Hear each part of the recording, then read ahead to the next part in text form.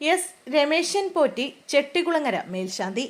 ചെട്ടികുളങ്ങര ദേവീക്ഷേത്രത്തിലെ 2026-27 വർഷത്തെ പുറപ്പെടാം മേൽശാന്തിയായി എസ് രമേശൻ പോറ്റിയെ നറുക്കെടുപ്പിലൂടെ തെരഞ്ഞെടുത്തു.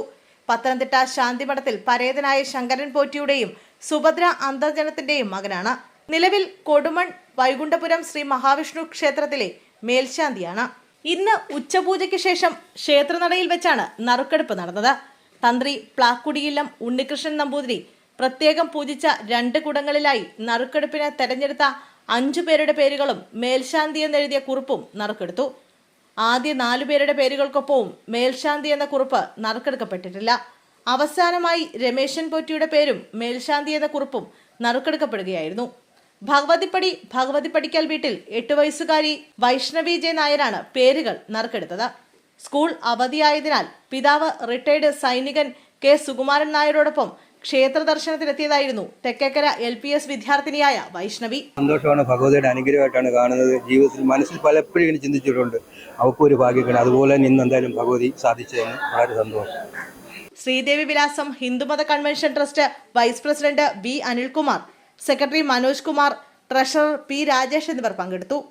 നിയുക്ത പുറപ്പെടാം മേൽശാന്തിയെ ചിങ്ങം 1-ന് തന്ത്രി പ്ലാക്കുടിയില്ലം ഉണ്ണികൃഷ്ണൻ നമ്പൂതിരിയുടെ കാർമ്മികത്വത്തിൽ അവരോധിക്കും. തുടർന്ന് ക്ഷേത്രത്തിൽ ഭജനം പാർക്കുന്ന നിയുക്ത മേൽശാന്തി സെപ്റ്റംബർ 1 മുതൽ പൂജകൾ ചെയ്തു തുടങ്ങും. 1 വർഷമാണ് പുറപ്പെടാം മേൽശാന്തിയുടെ കാലാവധി. 50 വയസ്സുകാരനായ എസ് രമേശൻ പോറ്റി ഇത് 2ാം തവണയാണ് ചെട്ടികുളങ്ങര മേൽശാന്തി നറുക്കെടുപ്പിലേക്ക് തെരഞ്ഞെടുക്കപ്പെട്ടത്. 2022-ൽ നറുക്കെടുപ്പിനുള്ള ലിസ്റ്റിൽ ഉൾപ്പെട്ടിരുന്നുവെങ്കിലും നറുക്കു വീണില്ല. അന്ന് വലിയ നിരാശ തോന്നിയിരുന്നുവെന്ന് രമേശൻ പോറ്റി പറഞ്ഞു. എന്നാൽ അതിനുശേഷം 1 മാസം കഴിഞ്ഞപ്പോൾ ആറന്മുള ക്ഷേത്രത്തിൽ മേൽശാന്തിയായി നിയമനം ലഭിച്ചു. പിന്നീട് ഈ വർഷമാണ് ചെട്ടികുളങ്ങരയിലേക്ക് അപേക്ഷ നൽകിയത്.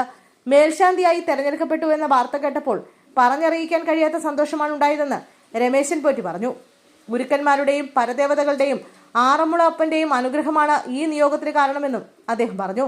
നൂറിനാട് മായാഭവനത്തിൽ മായാകൃഷ്ണനാണ് ഭാര്യ. BCA വിദ്യാർത്ഥി ദേവദത്തൻ, വിദ്യാർത്ഥി ദേവനന്ദൻ എന്നിവരാണ് മക്കൾ.